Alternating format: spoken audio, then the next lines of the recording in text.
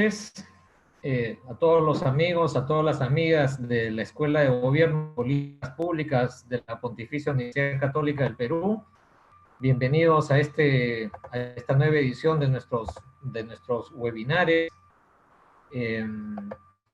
Esta noche tenemos el gusto de contar con la participación del colega, del profesor Juan Arroyo y de la profesora Camila Llanera.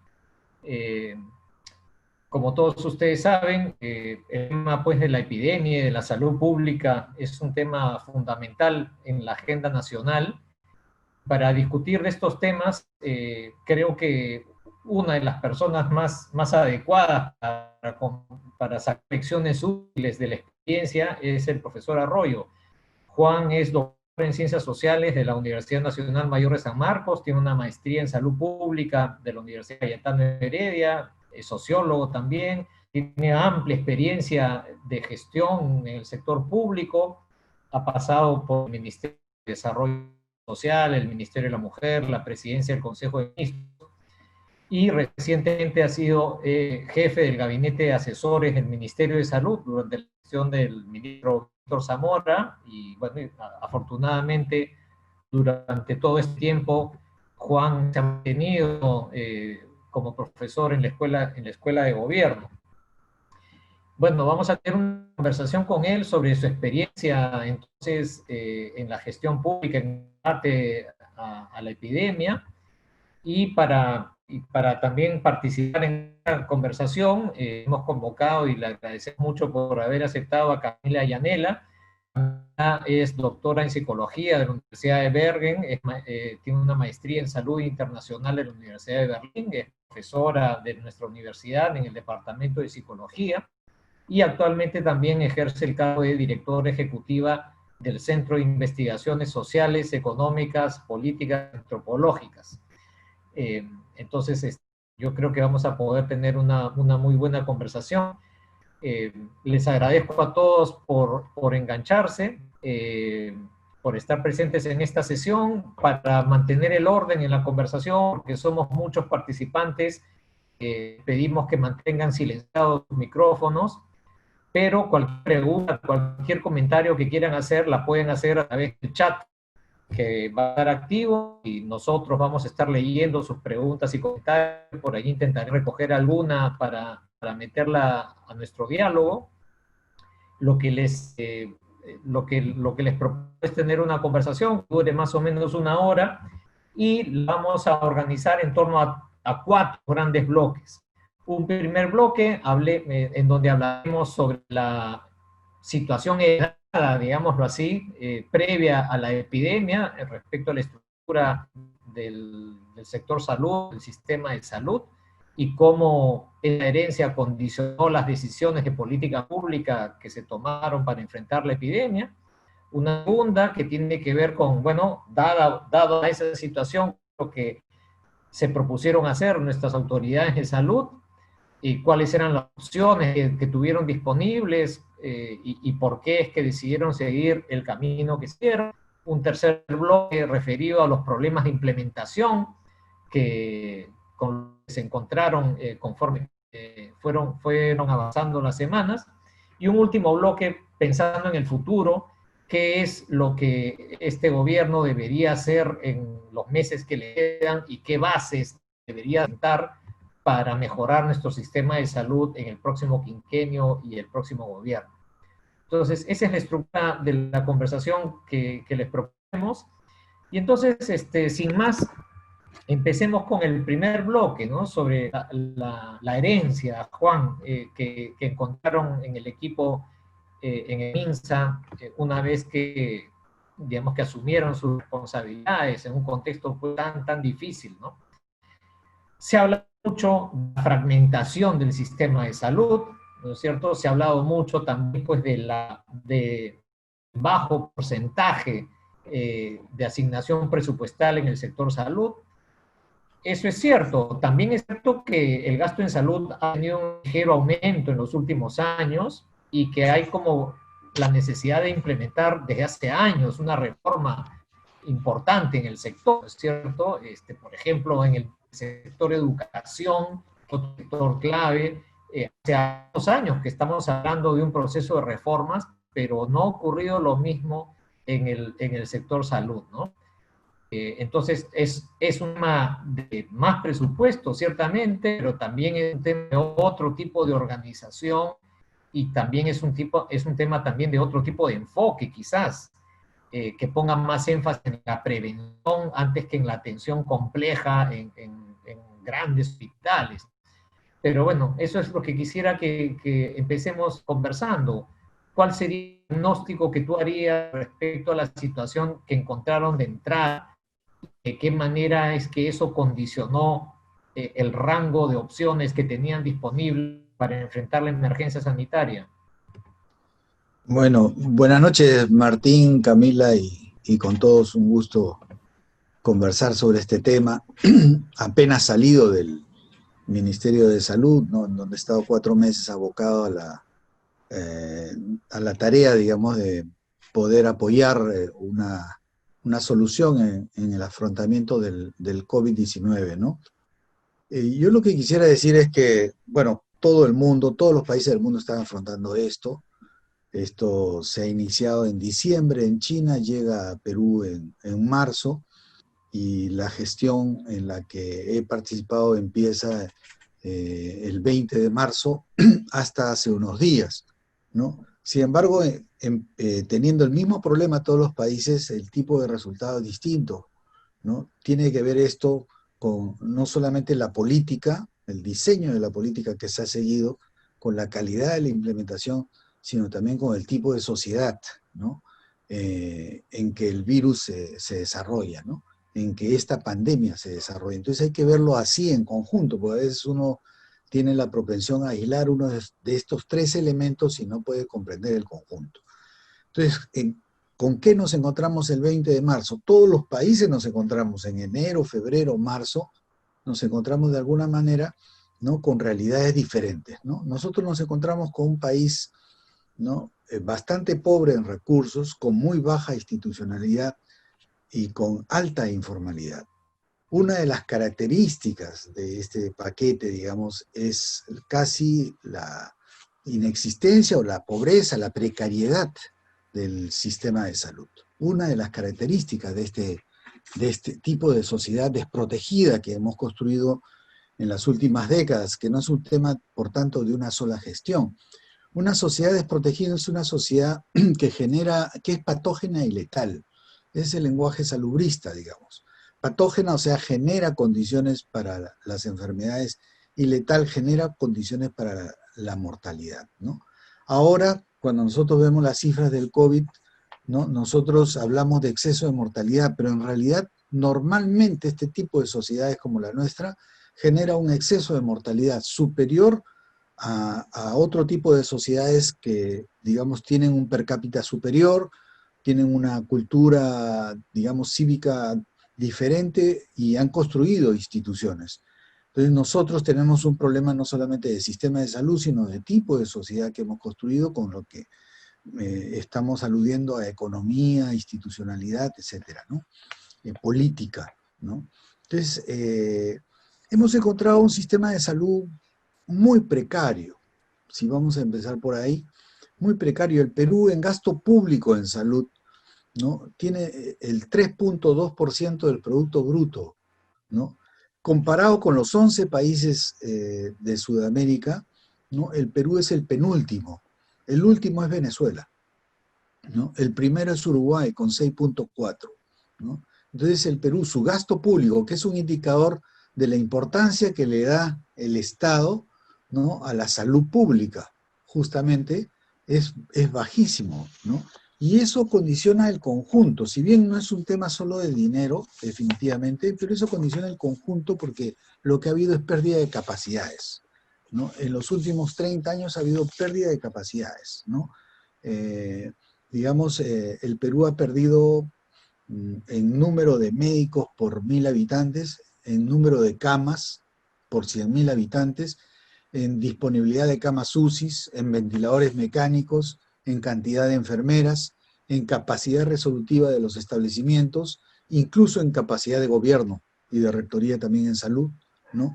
en posibilidad también, en la capacidad del sistema de salud de responder efectivamente. Entonces, esto quiere decir entonces que hemos tenido un ciclo de deterioro de capital humano, de alguna manera consentido por todos nosotros, ¿no? Los actores de esta sociedad, ¿no? Que veíamos que faltaba un bien público esencial, que es la salud, ¿no? Condición del desarrollo de todo lo demás en una sociedad. Sin salud no hay nación, no hay Estado, no hay país, ¿no? Sin salud no hay posibilidad de desarrollo, ¿no? Y sin embargo, veíamos que había un sobredesgaste, digamos, de nuestra población, con una longevidad media, digamos, inferior a la de otros países, que estaba en crecimiento, pero inferior a la de otros países, y con problemas endémicos que soportábamos, como por ejemplo el dengue, la malaria, el paludismo, y muchas otras patologías que otros países ya habían superado. Nosotros tenemos una calidad de perfil epidemiológico con altas enfermedades infecciosas que otros países ya habían superado y estaban plenamente afrontando las crónicas degenerativas como las cardiovasculares o el cáncer. En nuestro caso, nosotros tenemos de las dos, ¿no? Tenemos a los problemas del desarrollo urbano, los problemas de la premodernidad, digamos, en salud. Entonces, eso es lo que hemos encontrado. Hemos encontrado, entonces, una sociedad determinada, ¿no? Con poca habitabilidad, con poca salubridad pública, con una sociabilidad poco colaborativa, con ciudades sin planificación, con sistemas de transporte basados en la aglomeración caótica de todos los medios, con un sistema laboral en donde ha desaparecido el sistema de salud y seguridad en el trabajo a partir de los 90, con salarios e ingresos que son bajos en promedio latinoamericano y que han convertido en trabajólica a nuestra población laboral, no tanto por afición, sino por necesidad, con una informalidad que nos ha acostumbrado a no respetar las normas y que hizo después mella en la calidad de la cuarentena, y con un sistema público de salud que siempre tuvo un desbalance entre la demanda de pacientes y la oferta de servicios. Cuando uno revisa la encuesta nacional de hogares y hace una comparación del 2004 hasta la actualidad, ve como los dos sistemas públicos, el del MINSA y el de salud, del 100% de la demanda atendida retroceden, y cómo se dispara la consulta informal en farmacias, de 9% a 22% en los últimos años. En otras palabras, y cómo efectores o prestadores de otro tipo, ¿no? Muy informales, comienzan a ser cada vez más fuertes en el sistema de salud peruano. En otras palabras, lo que hay es deterioro, pérdida de calidad de servicios, con lo que esto significa en tiempo de espera y también en mala atención y en no resolución de los problemas. Entonces, esto lleva a una especie de repetición, digamos, ¿no? La sociedad no tiene las condiciones para la salud al no existir, digamos, capital humano fuerte, repercute en el desarrollo de capacidades y también en el fundamento para tener crecimiento y base para el desarrollo.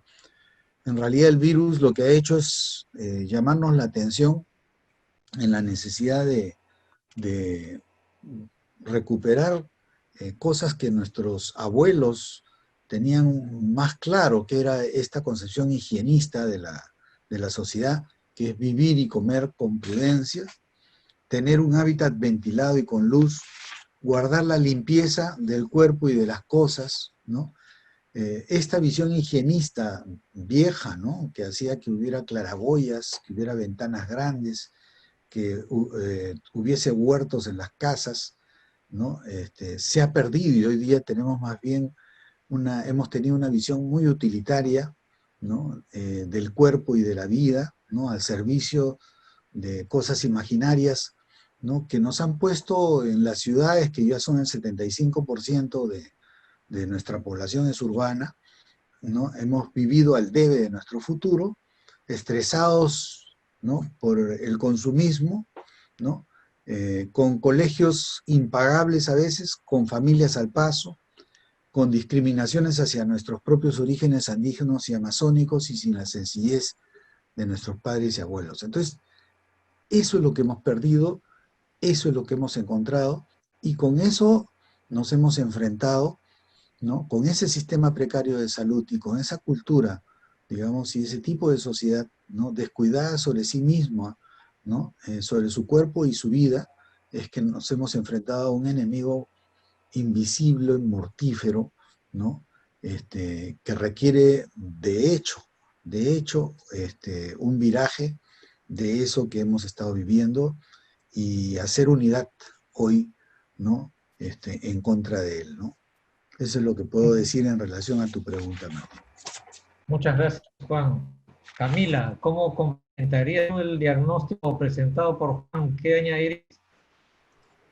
Yo creo que es, bueno, que me parece muy interesante lo que has dicho, Juan, me parece que ahí has tocado una serie de puntos muy importantes, y yo creo que además que una cosa que no se ha debatido mucho y que creo que también es parte de la herencia que ustedes recibieron, es esta idea de, y que de alguna manera ha como guiado el diseño y el guiado de la política pública en salud, es qué es lo que estamos entendiendo por salud y cómo estamos midiendo salud, ¿no? Se nos ha agarrado en el año de alcanzar la universalización en salud. Es interesante si uno ve todavía los reportes de su salud sobre aseguramiento universal en salud. Se saben las regiones con más de 100, Loreto, 100% de cobertura. Entonces creo que es importante también ver qué es lo que estamos construyendo desde el Estado, de qué es lo que estamos considerando como la salud, los servicios de salud que debe tener la población. Porque hemos aceptado un sistema de salud que sea en esencia inequitativo, ¿no? Algún sector de la población en principio tiene formalmente una cobertura que debería ser la del SIS. Sabemos que eso en la práctica hay suficiente información que esa cobertura no se da, está muy acostumbrado, digamos que no hay esta reacción tan violenta como lo que cuesta el omeprazol en la clínica San Pablo. Ese nivel de indignación no genera, lo mismo está mucho más normalizado ver a la gente teniendo que comprar oxígeno para comprarlo para el hospital, o los medicamentos para comprarlos en el hospital, para el hospital. Entonces creo que hemos aceptado que la salud pública hay que darles poquito, lo mínimo, lo indispensable para mejorar algunos indicadores, y eso creo que es parte de la herencia que hemos también recibido y que de alguna manera explica por qué en lugares donde se supone que tenemos cobertura de 100% de salud, tengamos esas tasas de mortalidad, ¿no? Hemos hecho algunos ejercicios de hacer las correlaciones y no hay correlación entre cobertura y mortalidad. Entonces creo que también tiene que ver con cómo estamos entendiendo la política. Entonces, y creo que ahí Juan también en la siguiente sección que pueda contar un poco sobre los problemas de implementación, creo que eso hay que tenerlo también en la mente, de cómo hemos entendido la salud, los servicios públicos en general en el Perú, y eso cómo afecta esta situación de la pandemia. Correcto. Complementar lo hecho por Camila, el Estado hace como que universaliza el servicio, pero en realidad todos sabemos que los ciudadanos tienen que, como Juan, ir a las farmacias, a las boticas, ir en fin, a establecimientos informales, porque no hay manera de acceder a, ¿no es cierto?, al servicio que supuestamente te está brindando el Estado, ¿no? Pero entonces, creo que sobre la base de este diagnóstico podemos ir pasando al segundo bloque, ¿no? Que tiene que ver con, dada esta situación, en medio de una emergencia, ¿qué es lo que se podía hacer, ¿no? Porque, digamos, tenemos ese punto de partida que está allí, pero igual tenemos que dar una respuesta en medio de la emergencia, ¿no? Entonces yo quería preguntarle a Juan, ¿cuáles fueron como las opciones de política que barajaron, ¿no? ¿Cuáles eran los dilemas que tuvieron que enfrentar y cuál es, digamos, el diagnóstico que los llevó a tomar las decisiones que tomaron, ¿no? Tienes que encender el micrófono, Juan.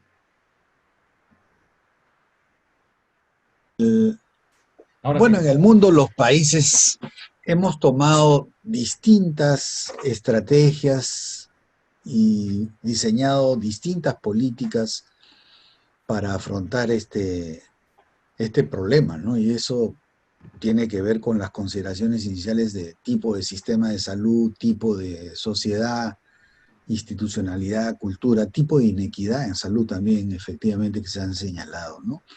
Creo que ha habido países en donde han buscado rápidamente digamos, llegar al efecto de rebaño, ¿no? En forma consciente, o sea, llegar al 60, 70% del contagio, ¿no? Como solución para generar, digamos, una inmunidad universal, ¿no?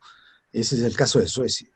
Y es una estrategia fallida porque ha llevado a una mortalidad que hoy día no recomiendan ese camino ellos mismos a nadie en el mundo, ¿no? Después ha habido otro tipo de política, ¿no? De subestimación de la pandemia, sin cuarentena ni mascarilla, ¿no? Hasta un momento en que se agrava la situación, en el caso de Estados Unidos, Brasil y México. Curiosamente, tres países grandes, ¿no?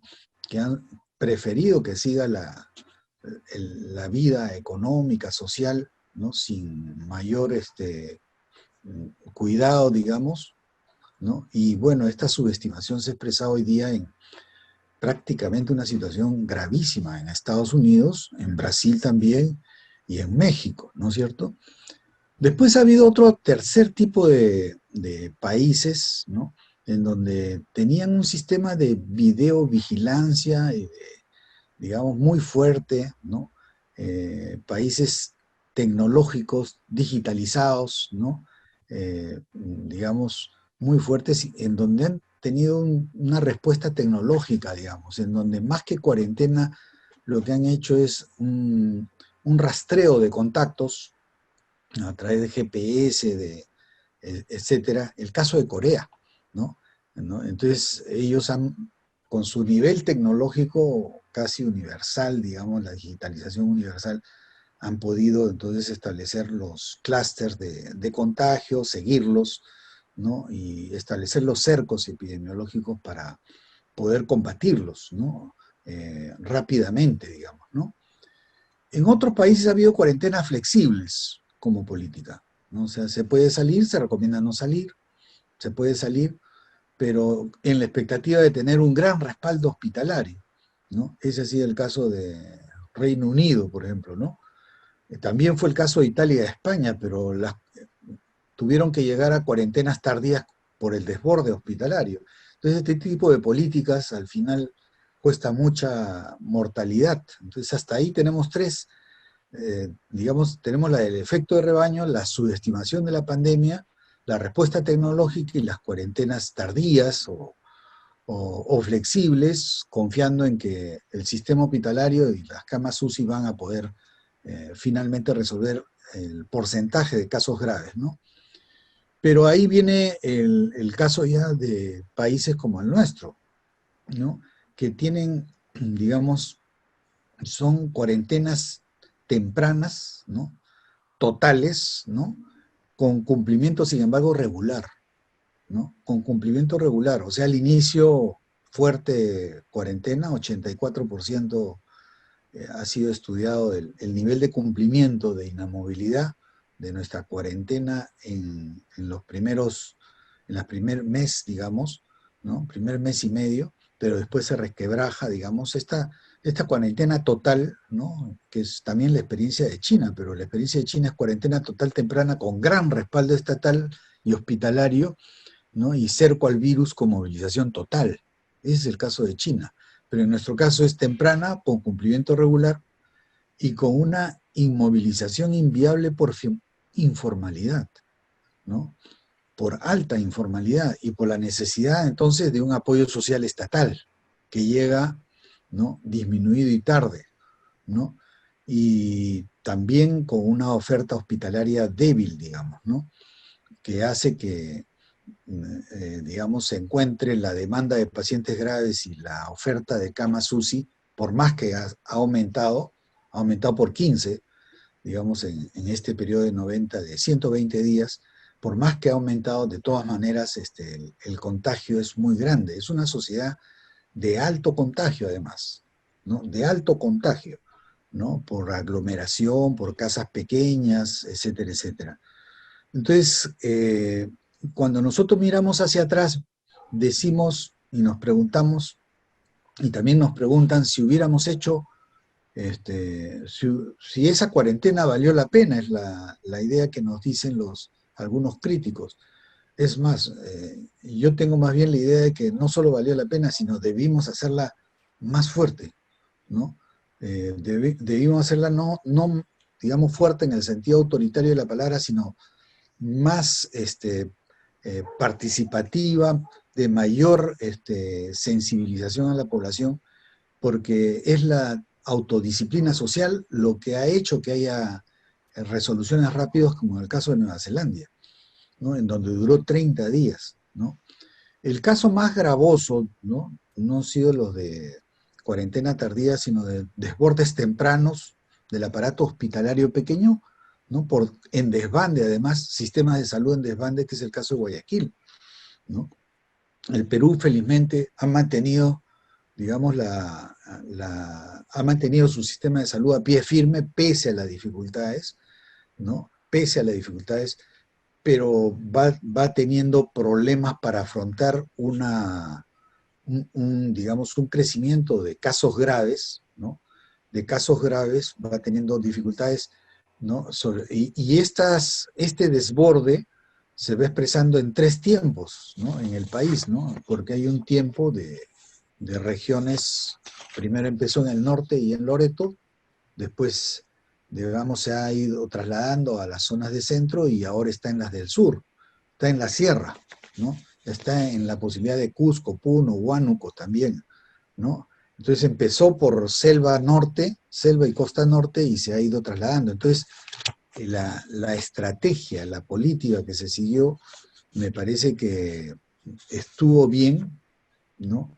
Porque esta estrategia era ganar tiempo para maximizar la oferta de servicios y en escenario óptimo que no se dio, evitar el choque, digamos, ¿no? Si es que hubiera habido una disciplina muy fuerte de 3 meses de cuarentena, es probable no hubiéramos tenido tanto caso grave, ni contagio, ¿no? Ni nivel de contagio de tal forma que no tuviésemos la situación delicada de tener límites de camas UCI y el dilema ético que significa gente que no llega digamos, no llega a la cama UCI y espera prácticamente o en los bordes del hospital o en su casa, ¿no? Digamos, que evolucione su enfermedad en sentido positivo o negativo, ¿no? Pese a que la oferta se multiplicó por 10, la demanda de casos graves y hospitalizables se multiplicó por más, ¿no? Entonces, ¿cómo ahora que está desbordándose Arequipa, ¿no? Cusco, ¿no? Huánuco, son los 3 casos graves hoy, y se está mirando hacia Puno, porque Puno es más de 1 millón de personas, ¿no? Es una región bastante grande, ¿no? Si Puno se contagia y desborda, ¿no? Vamos a tener realmente un problema serio en el país, y la única forma de combatir esto retrocediendo es cuarentena, y cuarentena es justamente atención primaria. Cuarentena es retornar a lo extramural del sector salud, ¿no? Entonces, la cuarentena llegó a tener una eficacia, digamos, importante, porque ha evitado 101.600 vidas que se hubieran perdido si no la hubiera habido, eso está calculado. Muertes evitadas, digamos, ¿no? Y también hospitalizaciones más de 900.000. O sea, no teníamos sistema hospitalario para eso, ni camas UCI para eso, ¿no? Pero conforme se ha debilitado, digamos, pese a que no hay el desbande de Guayaquil y el pánico social, ¿no? Que despertó fallecidos en la calle, no ha habido esa situación. De todas maneras, estamos construyendo, ¿no? Día a día, ¿no? Una estrategia cada vez más eficaz que mire todo el tablero de control nacional y pueda, de las regiones que ya han resuelto su problema, trasladar camas UCI, oxígeno, etcétera, porque esa es la forma como nos movíamos nos hemos movido estos 120 días, y será la forma, mediante puente aéreo, de brigadistas y de todos los recursos, medicamentos, ventiladores, etcétera, la forma como se podrá resolver en el futuro, ¿no? Esta situación, ¿no? Entonces tiene dos pies, digamos, ¿no? Por un lado, el pie social, ¿no? Y por otro lado, el pie sanitario, ¿no? Creo que ha habido un gran repotenciamiento del sistema público que ha sido afiebrado, ¿no? En estos 120 días de gestión, y las cifras lo dicen, ¿no? Estábamos prácticamente con 500 pruebas diarias y hemos pasado más de 22.000, 30.000, ¿no? Dicho sea de paso, somos uno de los países que más pruebas hace, y eso hace que la gente, al no interpretar adecuadamente esto, dices, somos los que más contagio tenemos. No, somos los que más tomamos pruebas, ¿no? Los Pruebas indicadores hagamos, ¿Perdón? mientras más pruebas hagamos, más contagiados vamos a Claro, detectar. vamos a encontrar, ¿no? Lo que vale la tasa de positividad, se dice, o sea, cuál es la proporción de casos, ¿no? Positivos por la cantidad total de muestra, ¿no? Y ese porcentaje está en 17%, digamos, ¿no? La positividad, ¿no? Variando por regiones, definitivamente. Nuestra letalidad, que es el otro indicador, es, digamos, sí fuerte, es de 4,75. O sea, lo que hay que medir es la letalidad, no llegar a la letalidad, ¿no? Bajarla, definitivamente, porque el contagio está demostrado no significa desarrollo de caso hospitalario necesariamente, en un 80% no lo es. Y hay mucho asintomático en calle, digamos, contagiando, justamente, Sí. ¿no? Entonces se necesita una política social de sensibilización y de compromiso de todos, y se necesita una política sanitaria en donde tengo la impresión de que vamos a tener que movilizar todos los recursos, incluso estudiantes de medicina de últimos años, ¿no? Porque el recurso más escaso ahora son los recursos humanos, y ya no hay de dónde sacar, ya no hay egresados ni especialistas, de dónde sacar, ya salieron todos, se han contratado 22.000 nuevos médicos, ¿no? Incluso sin serums, o sea, sin servicio rural, urbano marginal, han ido al campo, digamos, y todos los días hay un puente aéreo que sale. Pero en esta situación, digamos que es una situación bien parecida a una situación de emergencia y de movilización social, digamos, total, digamos, no va a quedar sino hacer cuerpo, y por eso nosotros planteamos el comando unificado de lo público y lo privado, y también planteamos que la perspectiva debe ser que se articulen e integren sin necesariamente fusionarse salud y el MINSA, que son los dos aparatos públicos, ¿no? Sobre Que los existen, temas, ¿no? sobre los temas de implementación, hablemos en unos minutos, pero démosle la palabra a Camila sobre cuáles son tus impresiones también sobre el tema de las opciones que tomaron sobre la base del diagnóstico del que hemos hablado. Yo creo que una cosa que hay que resaltar es que yo creo que se fue responsable con el tema de tomar la medida temprana de la cuarentena.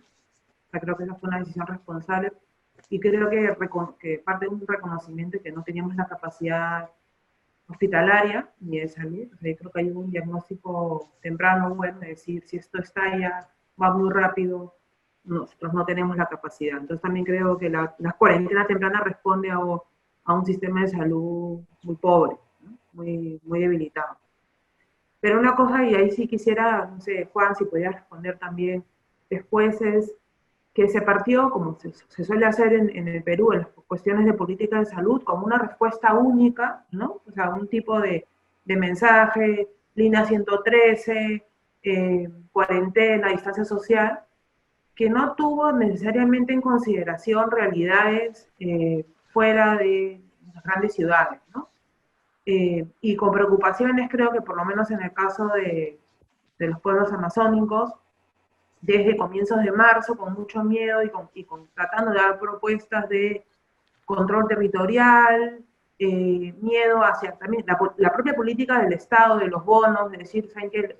Los bonos van a ser vectores y ahora, pese a que se ha demostrado que eso ha pasado, parten otra vez con el segundo reporte de bonos, ahora están presentando un amparo, entiendo la Defensoría del Pueblo que presenta un amparo para que no permitan la repartición de bonos, con un Estado que, digamos, con poca, digamos, innovación en ese sentido de cómo aproximarse a esta población, más allá de traducir algunos mensajes, y yo sé perfectamente que eso estaba fuera de salud, que eso estuvo con el Ministerio de Cultura, pero ¿qué hacemos? O sea, y eso también creo que da cuenta de un Estado que ve una sola manera de hacer las cosas para toda la población en un país tan diverso que estaba pasando por una epidemia que va moviéndose. Entonces vamos pasando por diferentes epidemias, diferentes estadios, y como ha dicho Juan, moviendo, que te permite de esa una manera entender eso, mover los equipos, pero creo que en el nivel de respuesta, y también por los diferentes ministerios que estaban ahí involucrados, ha habido una serie de deficiencias, por lo menos en el caso de la población rural amazónica. Creo que se hubiera podido evitar algunas cosas, no sé cuánto compartes eso, si se hubiera tomado en cuenta por lo menos las preocupaciones de ellos desde más temprano y ver otras maneras de poder repartir los bonos, por ejemplo, ¿no? Sí, definitivamente yo creo que uno se queda con la satisfacción de haber contribuido y haber tenido una opción central correcta, ¿no? Y haber puesto el viejo aparato del Estado en salud en una velocidad inédita, digamos, ¿no? Inédita realmente, ¿no? Pero también con la sensación de que, digamos, todos, digamos, tenemos límites, digamos, ¿no? En nuestra accionar, y yo lo voy a señalar también, digamos, hemos tenido algunos límites que nos han debilitado, ¿no? Definitivamente. Algunos nuestros, otros han sido del Estado en su conjunto. Uno del Estado en su conjunto, y creo que debemos aprender la lección, es el tema del bono, ¿no? El tema del bono y la insistencia en tener un padrón perfecto, ¿no? Que es una vieja idea de la focalización, ¿no? Que por tenerlo perfecto en un país que no tiene registros, lo demora, ¿no? Y lo demora tanto que lo diluye y hace que la gente entonces salga, pues, ¿no? Porque si estamos con más del 70% de población informal, esa gente vive al día o a la semana, ¿no? Entonces, si uno quiere una cuarentena perfecta, coherentemente tiene que hacer bono universal o bono focalizado geográficamente por zona pobre, ¿no? Porque definitivamente la gente entre el hambre y salir va a escoger salir, ¿no? Y arriesgar su propia salud. Y cuando hubo el tema de los retornantes, no sé si se acordarán, ¿no? Miles en las calles, ¿no?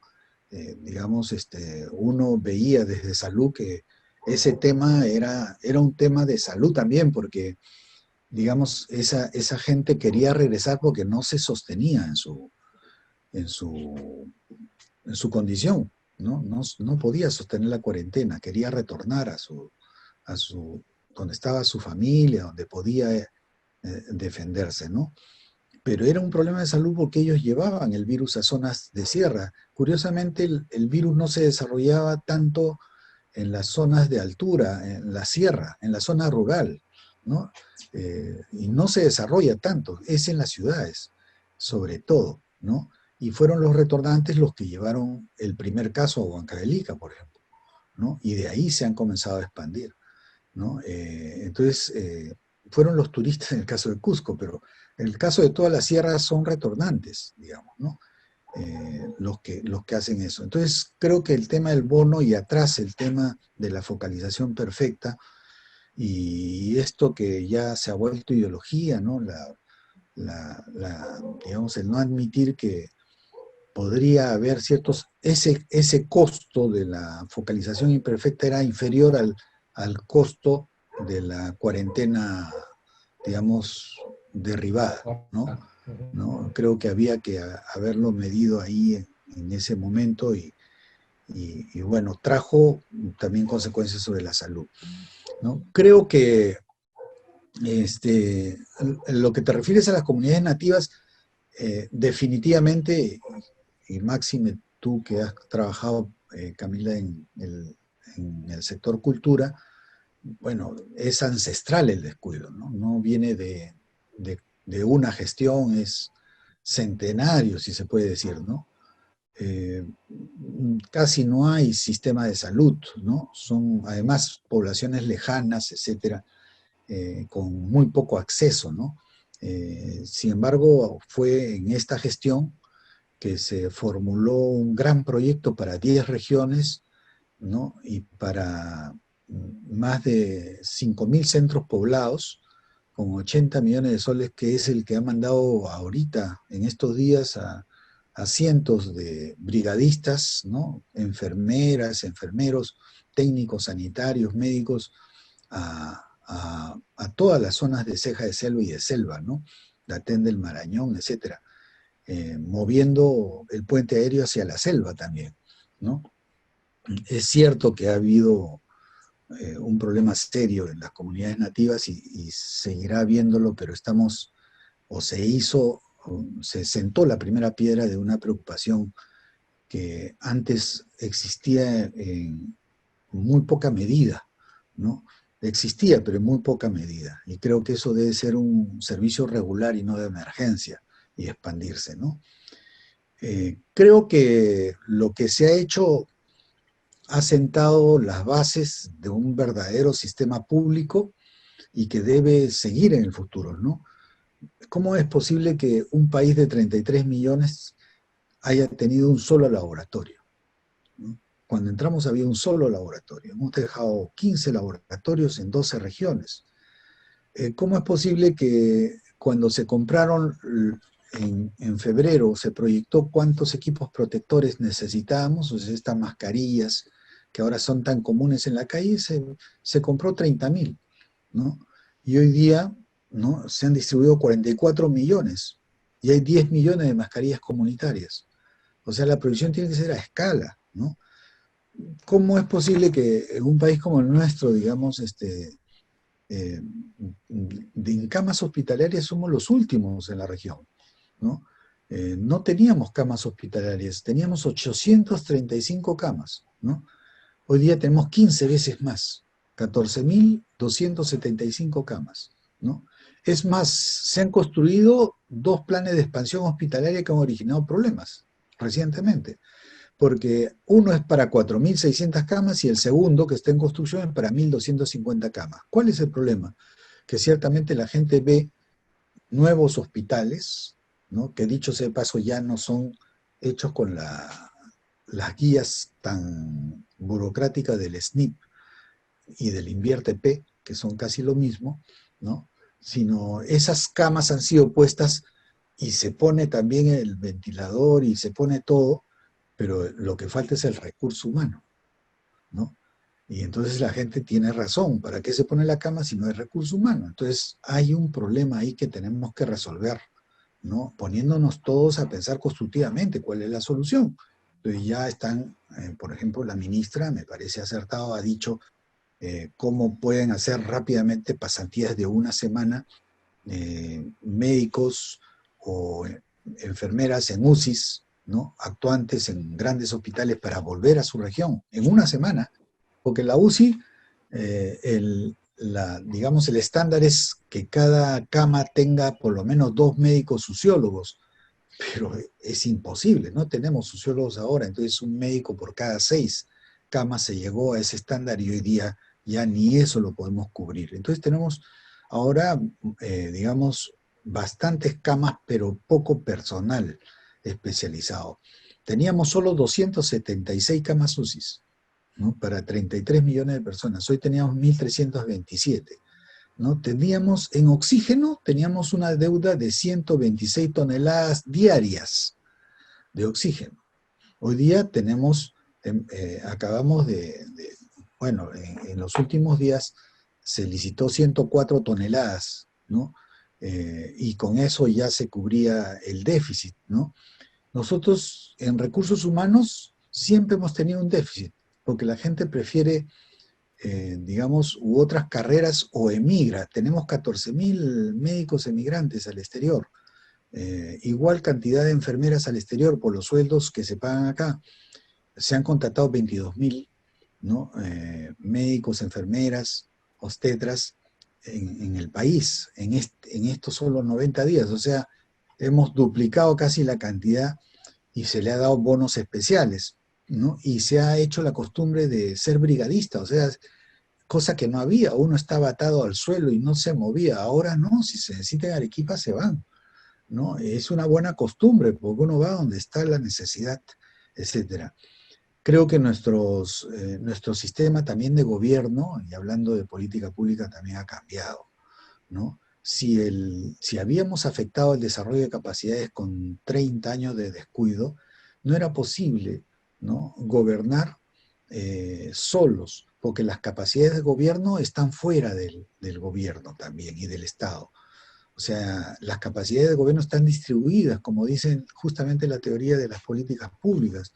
Y hemos llamado por eso a 200 expertos y he formado 15 comités y se gobierna entonces junto con ellos. Y tienen ideas nuevas y esta etapa ha sido innovadora por eso, ¿no? Creo Ahora, Juan, que, sí, ¿no? disculpa que te interrumpa para ya ir entrando a estos temas de la alimentación.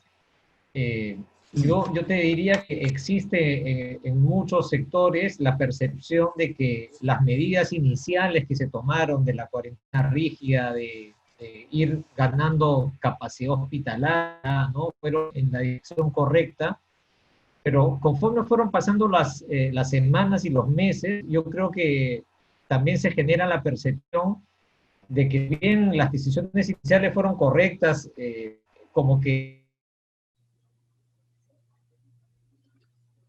No te escucho, Así. no te escucho, Martín. Estamos perdidos, Martín, creo. Ahora, yo creo que por donde iba era por el lado de que creo que al principio vimos que quedaba más claro que esto era lo correcto, pero a la larga que han ido pasando las semanas, la sensación es, o sea, que las medidas ya no están siendo tan claras y en el lugar de las implementaciones, eso ya es un poco lo que a mí me ha llamado la atención, y lo estamos viendo ahora con el tema de Arequipa, por ejemplo, es por la propia estructura del sistema de salud, tienes un gran peso dentro de los gobiernos regionales, ¿no? Entonces, ¿cuáles han sido para ustedes los mayores retos a nivel de tener que gestionar esto con los gobiernos regionales? Porque claro, tú mencionas, se mueven brigadas, esto sale del central, pero tienen los equipos que les tienen que pagar el gobierno regional, y ellos dicen que no les, o sea, hay médicos que están reclamando que no les han pagado. Entonces también hay cuestiones ahí en la implementación de la emergencia que es complicado. Y lo otro es, no podemos estar en emergencia todo el rato. Entonces tienes un sistema de salud que tiene que responder a otras movilidades también, ¿no? Entonces, ¿qué tanta capacidad, o sea, para poder ver eso también en una situación de emergencia, ¿no? Pero Bueno, creo que es algo político, ¿no? mi impresión es que, bueno, por primera vez, bueno, el Estado, digamos, por primera vez se ha hecho, o no por primera vez, pero ha sido un momento en que se requiere de Estado, ¿no? Se exige la presencia del Estado. Y creo que una lección es que hay que revisar la descentralización, no para anularla, sino para mejorarla. Creo que la relación con las direzas no ha sido feliz. Las direcciones regionales de salud no ha sido buena, ¿no? Porque, como saben todos, la plata va directamente a las direzas, no pasa por el MINSA. El MINSA es normativo nada más, ¿no? Es más, ni siquiera el Callao es parte del MINSA, digamos, no está bajo la autoridad del MINSA, ¿no? Entonces, digamos, las direzas son las que tienen el dinero, las que formulan las políticas regionales, adecuando las nacionales, ¿no? Y las que tienen calidades de prestación diferentes, digamos, ¿no? Por lo general con muchos problemas, por lo general con capacidades perdidas, ¿no? Y con muchos conflictos a veces, ¿no? Hay muchos conflictos entre directores de hospitales y gobiernos regionales, y presidentes de gobiernos regionales. Entonces tenemos que revisar eso porque de alguna manera no existe un sistema de salud, entonces público, ¿no? Ya no solamente por el lado de la articulación de salud MINSA, sino por el lado del MINSA mismo, digamos, ¿no? Con sus direzas, ¿no? Porque, digamos, la direza no hace todo lo que debiera, ¿no? Como por ejemplo los almacenes de Arequipa el día de ayer se han encontrado 46 toneladas de medicamentos, ¿no? Y hace 10 días el presidente fue a Piura y se fue al almacén de la Direza y encontró otras 40 toneladas también de insumos, medicamentos y muchas cosas que debieron ser distribuidas a las redes, ¿no? Y de ahí a los establecimientos. Entonces, digamos, se necesita no volver al centralismo, pero sí encontrar una fórmula, ¿no? Que no sea solo para emergencia, que permita una mayor rectoría nacional, porque los mosquitos no tienen frontera, como dicen en salud. O sea, las infecciones, las enfermedades no tienen fronteras, ¿no? Incluso entre países, ¿no? Entonces, se necesita una nueva relación con las direzas, ¿no? Y eso debe proyectar el primer paso de un sistema integrado, que es el del propio MINSA, ¿no es cierto? Conforme tú decías. Pero Martín, te habías Sí, tenido dificultades de sonido. disculpen, sí, sí, se me desconectó la transmisión, pero bueno, yo lo que estaba comentando es que existe la percepción en algunos de que si bien las decisiones iniciales fueron en la línea correcta, como que luego al Estado en general le faltó capacidad de reacción para enfrentar problemas que parecían previsibles, ¿no? Digamos, al comienzo se toma la cuarentena rígida, en fin, se trata de aumentar la capacidad hospitalaria, se crea el comando COVID para tener decisiones, digamos, más coordinadas, ¿no? Pero, por ejemplo, luego están los problemas que aparecen en Arequipa, ¿no? Y lo que se comenta es que el comando COVID, que supuestamente había tomado iniciativas importantes en Arequipa, en realidad no llegó a implementarlas y muchas de las decisiones siguieron descansando en autoridades regionales que no fueron eficaces en cumplir su trabajo. Entonces, claro, uno dice, oye, pero este problema estaba detectado desde hacía tiempo, ¿no?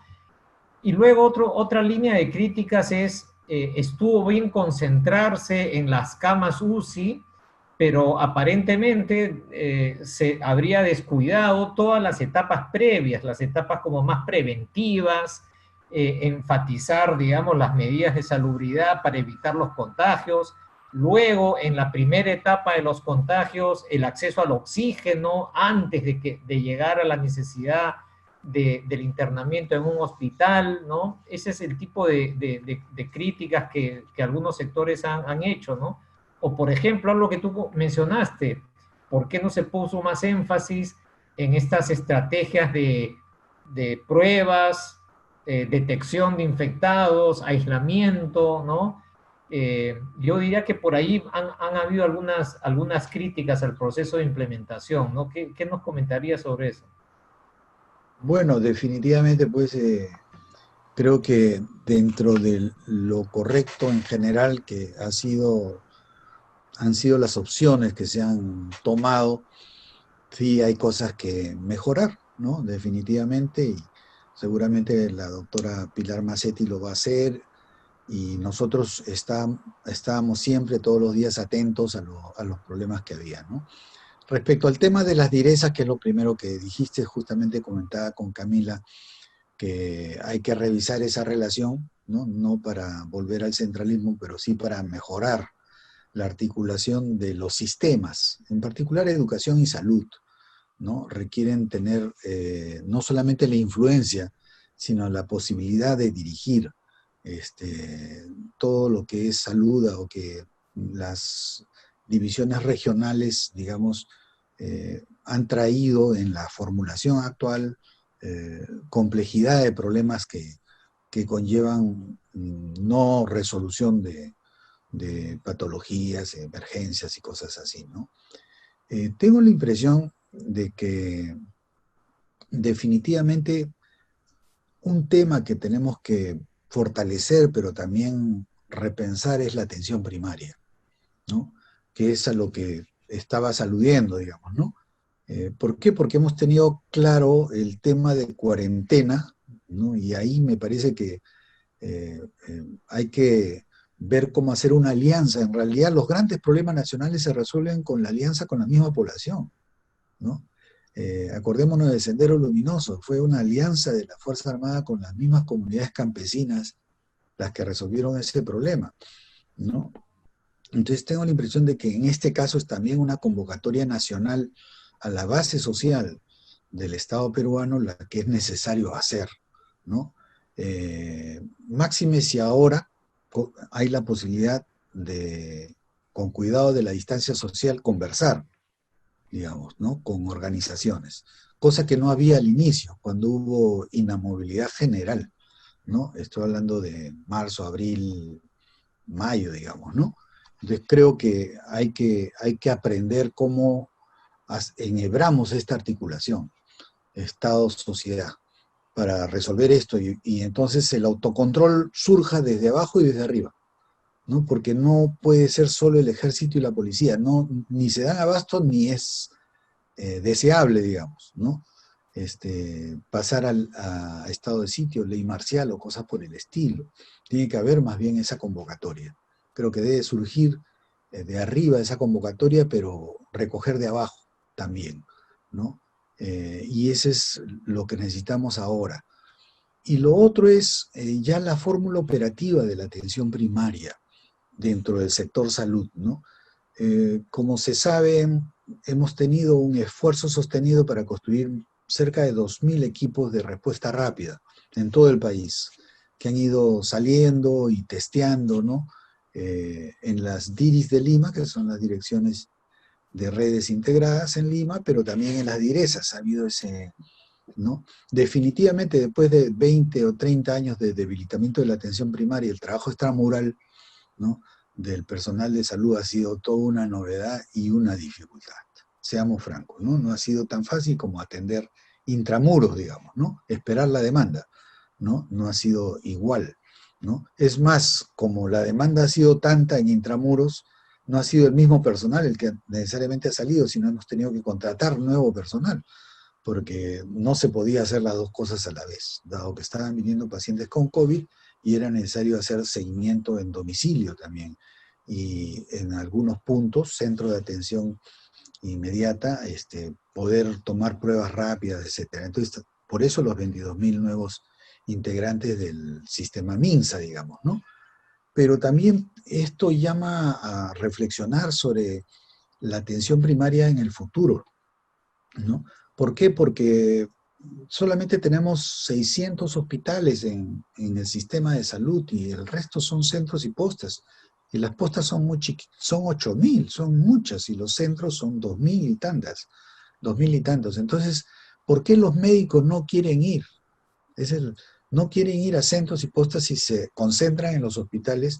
¿Y por qué la población, en eso coinciden médicos y población, tampoco quiere ir a centros y postas y se va de frente a los hospitales? Definitivamente ambos saben que pierden, ¿no?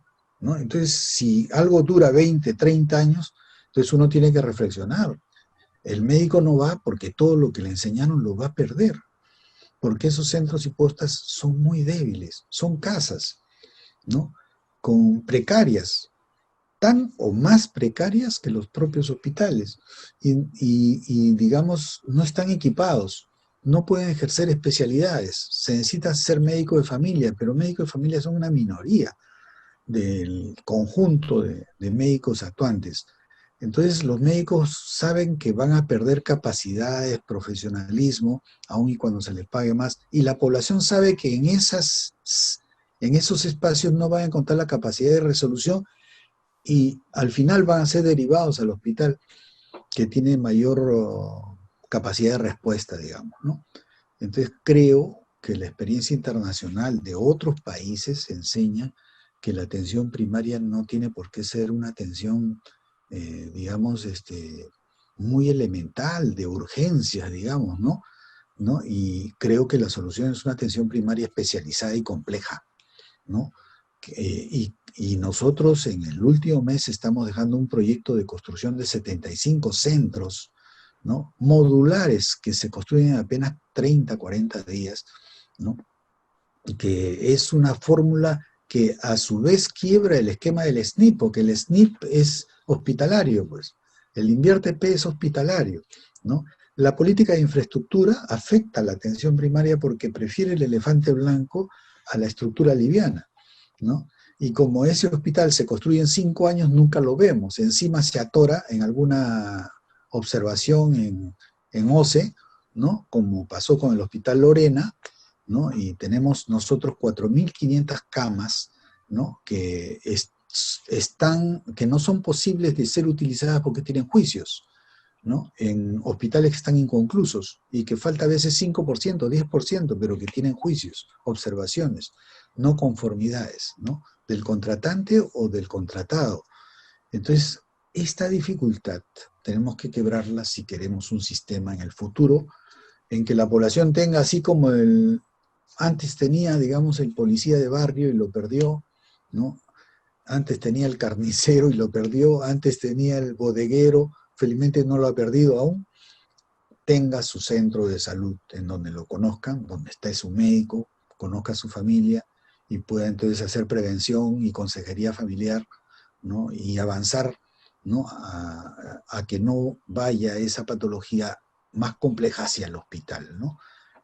Creo que una nueva participación y una nueva concepción de atención primaria podrían ahorrarnos esto de tener hospitales atiborrados, ¿no? Camila, tu comentario sobre los problemas de implementación en los últimos meses y semanas. Yo creo que es o sea, totalmente de acuerdo que tenemos que revisar, creo, la descentralización, en fondo.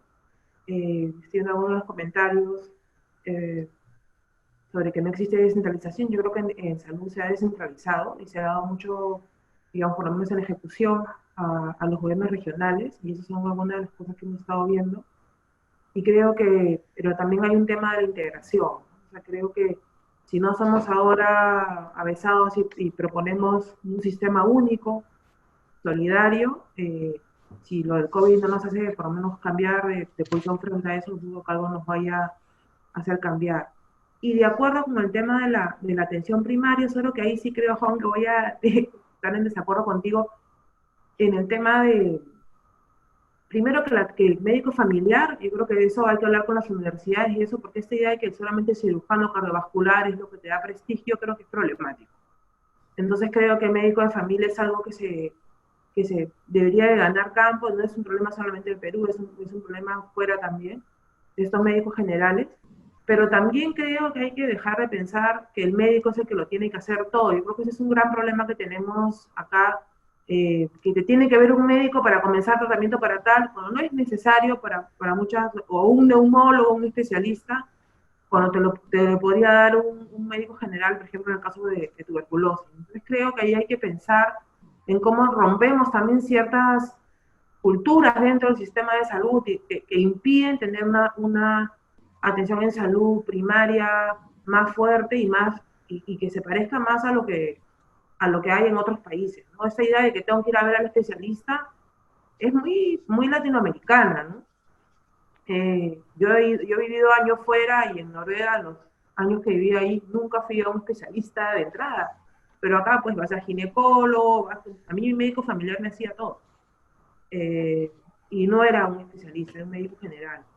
Entonces creo que hay que pensar en otros modelos y en fortalecer los sistemas de referencia, ¿no? También, porque tenemos población en zonas dispersas que necesita sistemas de referencia y que los sistemas de referencia funcionen de verdad. Entonces creo que es el momento de pensar otra vez cómo invertimos en salud pública, cómo hacemos un sistema único, cómo lo vamos a hacer, cuál es el rol de la descentralización, cuál va a ser el rol de los gobiernos regionales y cómo estamos atendiendo la atención primaria. La atención extramural se ha sacrificado por muchos años y estamos pagando ahí también las consecuencias de eso, como mencionó Juan, no había mucho trabajo intramural.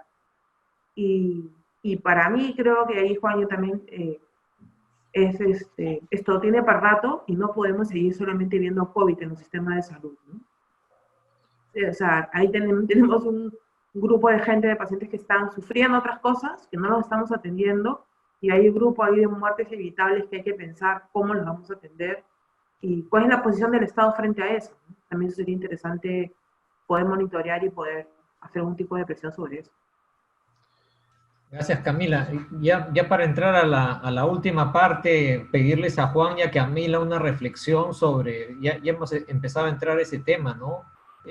¿Cuáles deberían ser las grandes iniciativas del próximo quinquenio, ¿no? O sea, ¿qué es lo que hemos efectivamente aprendido de toda esta tragedia y cómo poder convertir esta tragedia en una oportunidad para hacer los cambios, ¿no? ¿Cuáles serían las prioridades centrales en las que tendremos que ponernos de acuerdo en los próximos meses para que el próximo gobierno implemente un nuevo sistema de salud, ¿no? ¿Cuáles serían esos pilares centrales, Juan? Bueno, hemos estado muy atentos estos 120 días a qué cosa va emergiendo de la práctica, ¿no? Como posibilidad de un sistema que supere el actual, ¿no? Bueno, en primer lugar hay que superar la concepción que tenemos también en el campo de la gestión pública de que todo es modernización y nada es reforma, ¿no? ¿No? Yo creo que eso no está bien, ¿no? Desde el 2012 un poco que hemos reducido la perspectiva, ¿no?, a la modernización y creo que hay que hablar de reforma porque ya hay cosas mayores, digamos, ¿no? Que es solamente una modernización. Creo que en primer lugar se requiere presencia del Estado, ¿no? Creo que eso es básico, eso es lo que sale a luz con esta etapa, ¿no? Y seguirá saliendo a luz, ¿no? Es el reclamo de la población, es el reclamo del país, que haya un Estado, pero un Estado democrático, un Estado que preste bien los servicios de calidad, un Estado equitativo, ¿no? Digamos, con todo lo necesario, no solamente política y administrativamente, digamos, ¿no? El Estado ha sido debilitado por 30 años y se necesita reivindicar su papel, ¿no? Eso no quiere decir que no haya un sector privado, y la prueba está en que ha habido una relación de intercambio prestacional y de utilización de tecnologías de innovación que han venido del sector privado en este tiempo, ¿no? Como se sabe, por ejemplo, se comenzó con donaciones del sector privado, pero terminó, por ejemplo, haciéndose algunas transferencias tecnológicas y también contratándose una logística del sector privado, ¿no? No creo que... y después el tema de las clínicas, ¿no? Del intercambio prestacional, ¿no? Es curioso la necesidad entonces de un intercambio prestacional público-público, pero también público-privado, ¿no? En el sector salud. Nos deja también esa segunda lección. Creo que ese intercambio tiene la necesidad de un norte. Y así como el país necesita proyecto, ¿no? Y en donde ese plan me parece es el gran ausente, ¿no? Y en donde las oficinas de planificación y presupuesto solo hacen presupuesto, ¿no? Porque no se discute tanto el proyecto nacional. Igual en salud necesitamos un proyecto nacional en salud. Y ese proyecto nacional tiene que ver con las metas hacia las cuales vamos y con el tipo de sistema que nos puede llevar a ellas. Y efectivamente hemos enarbolado el sistema público unificado, eje de un sistema nacional de salud, ¿no? Sistema público unificado que debiera comprometer básicamente al MINSA y de salud. No estamos hablando de ninguna metodología o, digamos, de temas de, por ejemplo, algunos dicen fusión por absorción. No estamos hablando de nada de eso, ¿no? No es ni oportuno ni tampoco correcto plantearlo de esa manera, pero no podemos así seguir haciendo lo mismo, ¿no? Compitiendo además por los recursos, ¿no? En un lado hay camas, en otro lado no hay camas, en un lado hay médicos, en otro lado no hay médicos, ¿no? Entre ambos forcejeando por el oxígeno, ¿no? Por las plantas, ¿no? Por las importaciones, ¿no? De esta manera, ¿no? La forma como hemos intentado resolver, que es la coordinación, tiene sus límites, ¿no? Y creo que no necesitamos la fusión. Lo que podríamos hacer como un primer paso es estar en un solo sector, ambas entidades, bajo una sola política, una rectoría, ¿no? Estar en un solo sector. Eso es lo que planteamos como el primer paso, ¿no? Creo que ese sistema público podría ser de potenciar los recursos que tenemos, que no son muchos, en ambas entidades, porque se viene una etapa en que no va a haber tributación de la misma manera. Y yo no sé cómo se va a mantener el Tesoro Público, el MINSA, y de aportaciones de planilla salud, en una etapa de escasez, ¿no? De trabajo, etcétera, ¿no? Y de inversión, ¿no? Entonces creo que hay ahí una cosa nueva. Creo que estoy completamente de acuerdo con lo que ha dicho Camila sobre la atención primaria, pero eh, creo que eso no contradice el médico de familia, que haya también especialistas, porque eso existen en todos los países, especialistas en los centros de salud también, ¿no? No contradice una cosa con la otra, ¿no? El trabajo extramural con el trabajo intramural. Mientras no fortalezcamos los niveles de atención que antes llamábamos periféricos, tendremos una visión hospitalaria siempre de las cosas, ¿no? Creo que necesitamos también digitalizar, ¿no? La reforma del Estado tiene un componente digital muy fuerte, ¿no? En esta cuarta ola de reforma del Estado. Y eso nos hubiera permitido lo que hizo Corea, que es el contact tracing, ¿no? El poder seguir, digamos, los casos. Y como no va a ser la última pandemia, ojalá no sea así, pero como no es probable, estamos entrando en una etapa de zoonosis en el mundo, ¿no? Por cómo se ha comportado la humanidad en relación al medio ambiente, fauna y flora. Entonces es necesario prepararnos para esto, ¿no? Creo que necesitamos gobernanza de verdad, rectoría de verdad, todo el día hablamos de eso, capacidades de gobierno, ¿no? De verdad, ¿no?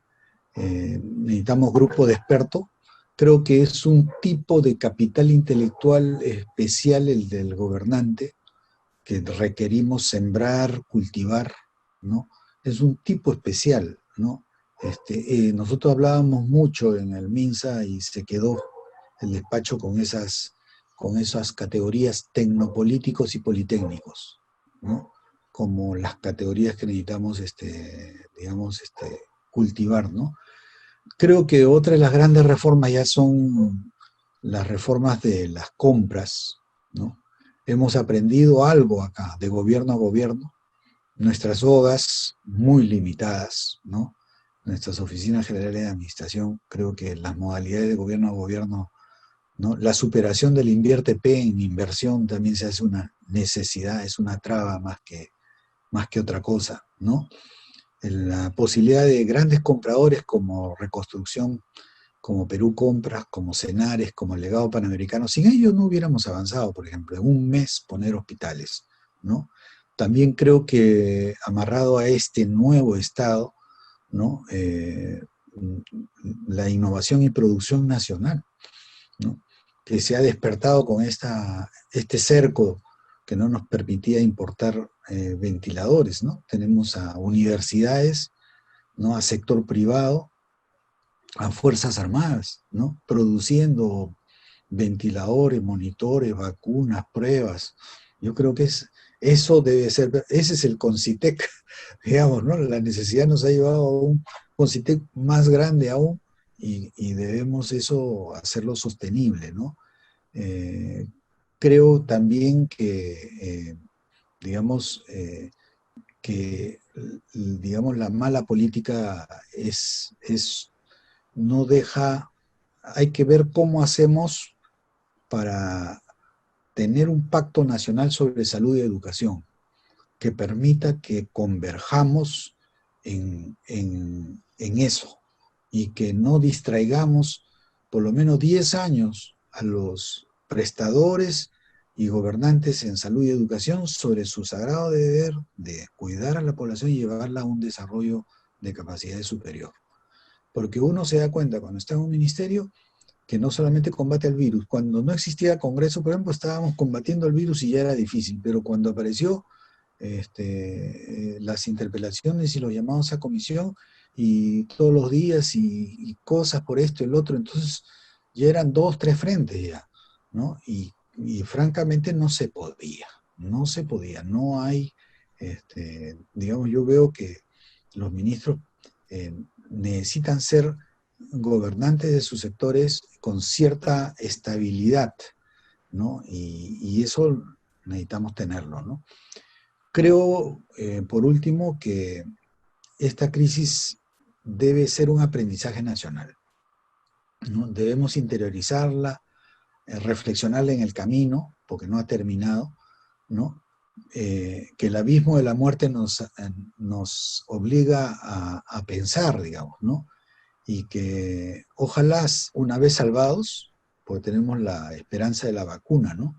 Y no de nuestra propia fuerza para terminar antes de la vacuna con el problema, no vuelva la amnesia, ¿no? No sería la primera vez, ¿no? ¿No? Porque creo que en el futuro la lucha va a ser entre vieja y nueva normalidad, ¿no? Y todas las sociedades van a ser híbridas, ¿no? Va a haber una mezcla de ambas cosas, pero aquellas que tengan más nueva normalidad van a estar mejor preparadas, ¿no? Para las próximas pandemias y para las etapas de la globalización del riesgo de la que hablaba Ulrich Beck, ¿no? Entonces, si tenemos que, digamos, aprender de ver de cerca la muerte, ¿no? Para nosotros repensar las cosas es la oportunidad ahora, ¿no? Muchas gracias, Juan. Camila, una última reflexión sobre qué aprendizajes y qué tareas deberíamos acometer y cómo convertir la crisis en oportunidad, ¿no? Yo quiero pensar que esto nos va a permitir innovar en algunas cosas que no habían podido suceder en mucho tiempo, ¿no? Creo que, por ejemplo, con el caso de las personas con tuberculosis, siempre se habló que es imposible darle ese medicamento a su casa porque no lo van a tomar y no sé qué, y ahora se les ha dado el medicamento a su casa y parece que está funcionando con el apoyo de las organizaciones de pacientes. O sea que hay una serie de cosas que creo que se pueden recoger, que por muchos años se dijo que era imposible y que no se podía hacer. Creo que la propia experiencia del Comando Matico, con Cayali, con la población indígena, creo que también es otra cosa que tiene que sistematizar, tiene que ver qué significa transculturalidad de verdad en salud. Y entonces creo que hay cosas valiosas que hay que rescatar. Procesos de innovación tecnológica, como las pruebas rápidas moleculares, la Cayetano, comenzó lento, pero después que se ha visto qué es lo que se necesita en el sistema de innovación tecnológica para poder desarrollar este tipo de cosas es importante. Creo que todo lo que tiene que ver con la transparencia de datos, acceso a los datos, el INS tenía que terminar de soltar algunos datos de genoma y tal, que había mucha resistencia por culturas institucionales. Entonces creo que hay cosas que la pandemia nos está dejando ahí claro, hay cosas que creo que podemos aprender y que van a permitir mejorar el sistema. Y también creo que, bueno, otra vez, que es el momento de pensar, estoy totalmente de acuerdo, en una reforma de verdad, y hablar de manera sincera los diferentes intereses dentro del sistema de salud. Yo creo que lo que pasa con salud, a diferencia de educación, es que tiene un grupo más variado de intereses, ¿no? Entonces tienes diferentes profesiones, o sea, no solamente tienes maestros, sino que tienes enfermeros, médicos, obstetrices, todos con intereses distintos, en algunas veces en conflicto. Eso hace que un Consejo Nacional de Salud no sea tan fuerte, intereses privados, intereses públicos, salud y el MINSA, con sindicatos diferentes que están discutiendo por sueldos diferentes y condiciones laborales diferentes. Pues yo creo que lo que hay que pensar es ahí, de acuerdo, no creo que sea muy fácil hacer la cuestión como funciona, pero tenemos que pensar en un sistema público único, de alguna manera, y sincerar estos intereses para poder mejorar.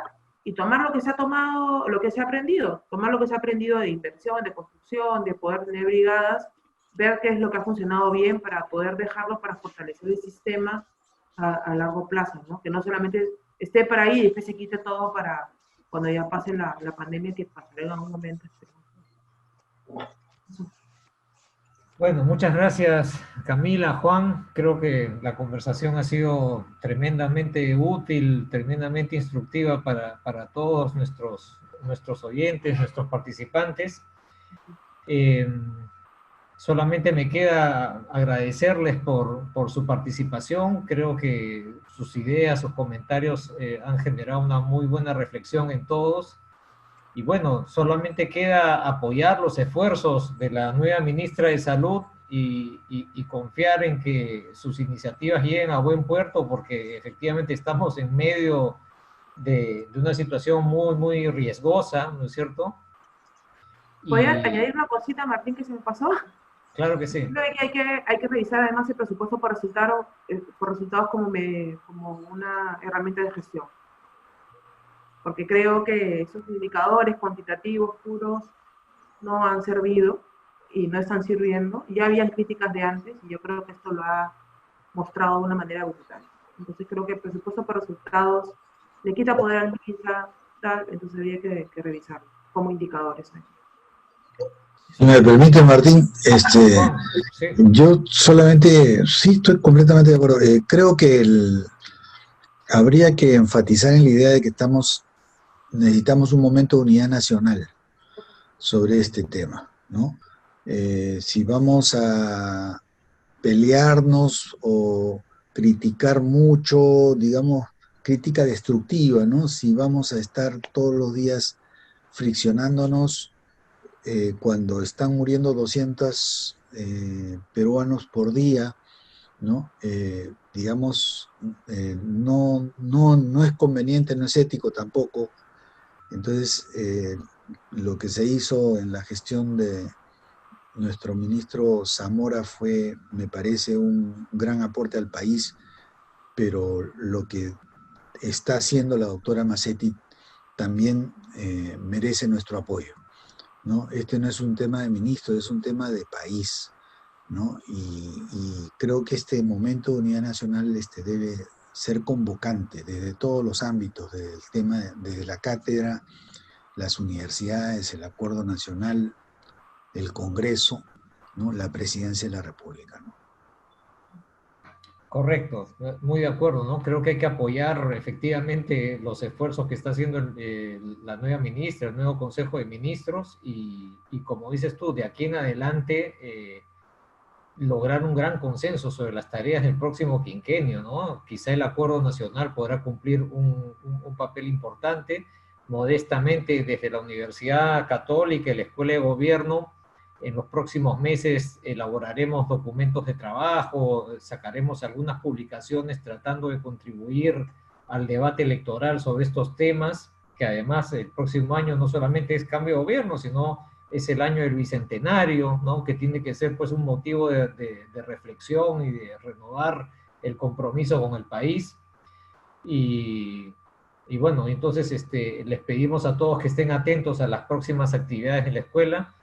Bueno, terminar dándole las gracias a Camila, a Juan, especialmente reconocer el esfuerzo de Juan en el sector público, ¿no? Uno puede tener acuerdos, discrepancias con la gestión, pero creo que todos podemos coincidir en reconocer el esfuerzo en circunstancias extremadamente difíciles y creo que por eso Gracias. es que también ha sido un gusto contar contigo esta noche.